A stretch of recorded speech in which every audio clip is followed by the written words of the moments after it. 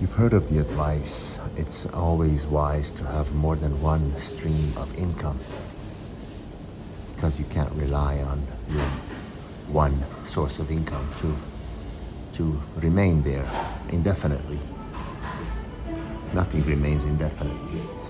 Well, that advice also applies to your so-called romantic life, love life.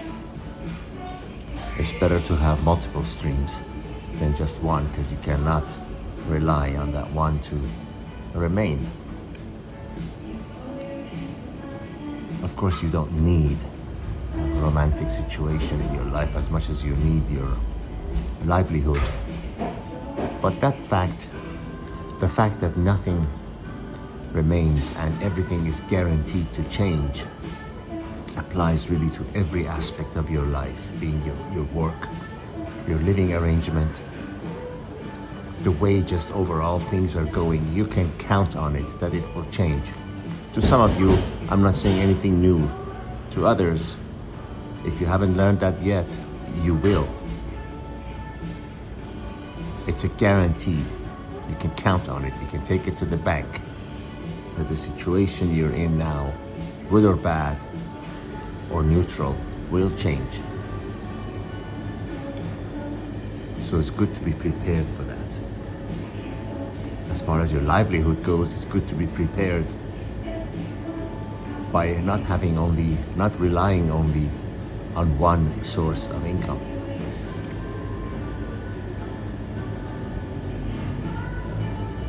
It's just common sense. It's just wise way of living life.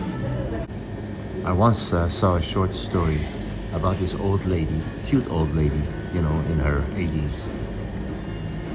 That said, the story started by her sitting on her rocking chair next to her warm, cozy fireplace in her home that she had been living in for more than 40 years.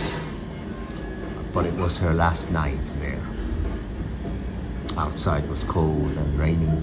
Inside was beautifully decorated, warmly lit, next to a fireplace, with all her souvenirs and knickknacks and everything else around. But she was dead inside and sad because she had to leave it all behind.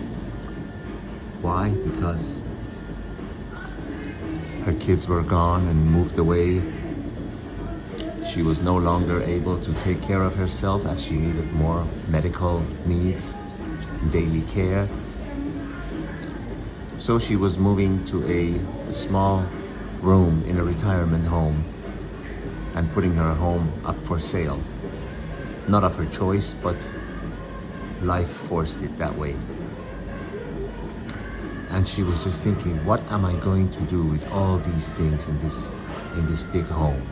All these knickknacks, all these souvenirs, all the pots and pans, all these little statues and figurines, fancy bed sheets, bedposts, etc., etc., etc.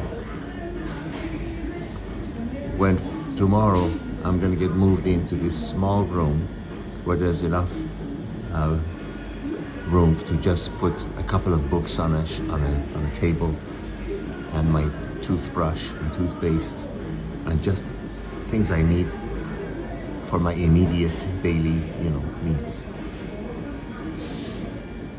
And after a few days, she realized she really didn't need a lot of all those things basically that she was worried about. All those souvenirs, whatever, they're nice to have around and you get used to it, but you don't really need it. She certainly didn't. And that ties into the change I've been telling you about in this video. There will come a day where the universe will force a change on you. And when you're mentally prepared, like anything else, when you're mentally prepared for it, it won't hurt you as much. I travel around the world quite frequently, and I've found that even when I'm going somewhere that's very cold, let's say I'm staying, presently somewhere, and it's blue skies and 25 degrees Celsius, about 78 degrees Fahrenheit, and you could go out with your short sleeves and whatever. And maybe you're going somewhere in Switzerland where there's minus 19 Celsius. The difference is when you mentally prepare yourself for something, even such a physical thing that you will feel on your body with the extreme difference in temperature, you're a lot better equipped to handle it than when you're hit by it, you know, by surprise. And that works physically and also mentally in life. And that ties into exactly what I've been telling you. When you mentally prepare yourself for the change, for things not to last, then you're far better capable to handle it when it occurs. And it will occur. All the best.